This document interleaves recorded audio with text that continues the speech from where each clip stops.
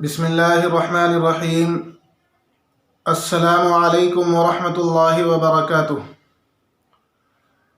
دوستو، ہمارے YouTube channel جمال مظاہر میں آپ کا خیر مقدم ہے۔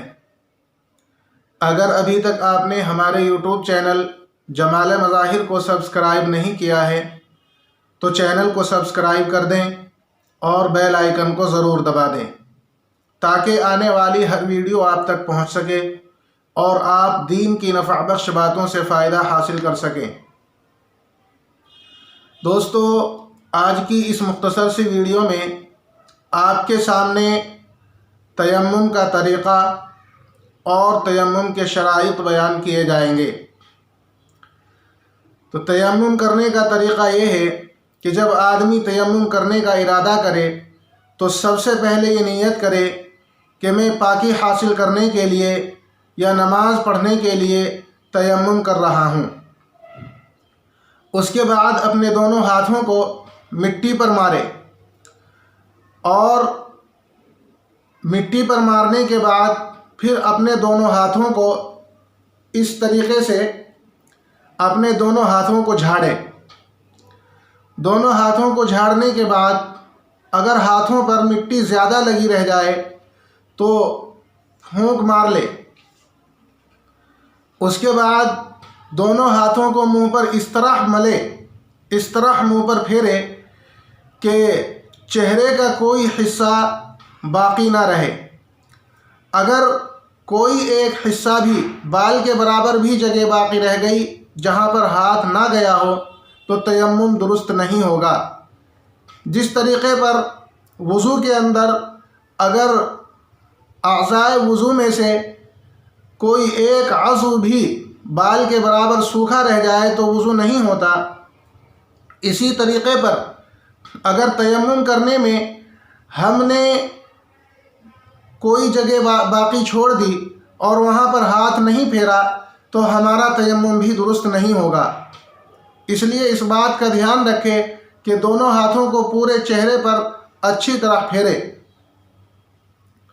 پھر دوسری مرتبہ دونوں ہاتھوں کو زمین پر مارے، مٹی پر مار کر پھر اسی طرح دونوں ہاتھوں کو جھاڑے اور جھاڑنے کے بعد پھر بائیں ہاتھ کی انگلیوں کو دائیں ہاتھ کی انگلیوں کے سروں کے نیچے رکھے، اس طریقے پر کہ یہ ہمارا بایاں ہاتھ ہے اور یہ داہنا ہاتھ ہے، تو بائیں ہاتھ کی ان انگلیوں کو ایسے دونوں اپنے دائیں ہاتھ کی انگلیوں کے سروں پر رکھے اور اس طریقے پر نیچے کی طرف کوہنی کی طرف کھینچتا ہوا لائے۔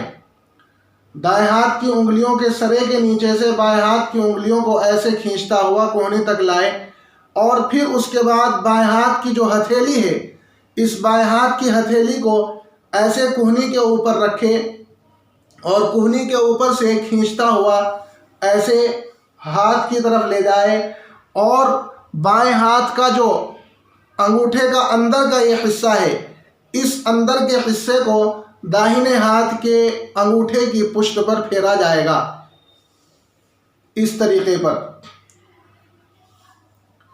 یہ پھر دوسرے ہاتھ کا اسی طریقے پر مسح کرنا ہے کہ دائیں ہاتھ کی انگلی کو بائیں ہاتھ کی انگلیوں کے سروں کے نیچے رکھا جائے اور کوہنی تک لایا جائے۔ اس کے بعد داہنے ہاتھ کی ہتھیلی کو بائیں ہاتھ کی کوہنی پر رکھ کر اور انگلیوں کی طرف لایا جائے، اس طریقے پر۔ اس کے بعد انگلیوں کا خلال کرنا ہے اور مردوں کو داڑھی کا خلال کرنا بھی مسنون ہے۔ یہ تو مسح کرنے کا طریقہ تھا کہ اگر آدمی کو پانی میسر نہ ہو تو اس طریقے پر مسح کیا جاتا ہے۔ اب آگے تیمم کے شرائط بیان کیے جاتے ہیں۔ تیمم کے لیے کیا کیا چیزیں شرط ہیں، تیمم کے صحیح ہونے کے لیے کون سی چیزیں شرط ہیں اور کون سے شرائط ہیں۔ سب سے پہلی چیز مسلمان ہونا، تیمم کے صحیح ہونے کے لیے مسلمان ہونا۔ نمبر 2 نیت کرنا۔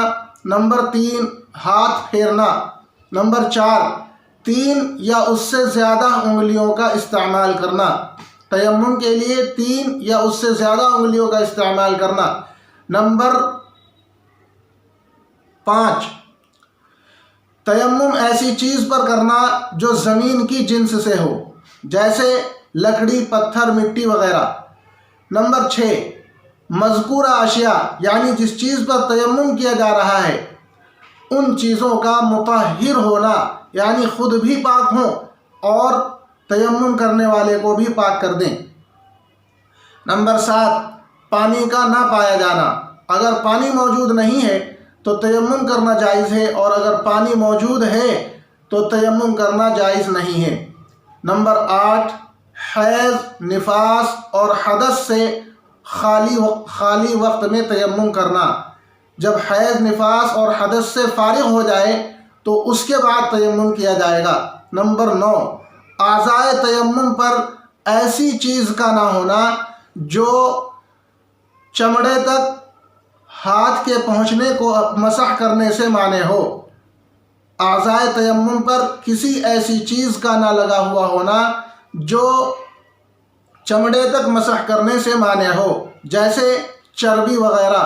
ہاتھ پر کوئی چکناہٹ چربی وغیرہ لگی ہوئی ہے تو اس کے رہتے ہوئے ہمارا تیمم صحیح نہیں ہوگا۔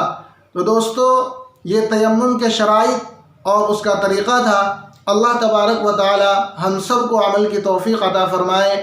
السلام علیکم ورحمۃ اللہ وبرکاتہ۔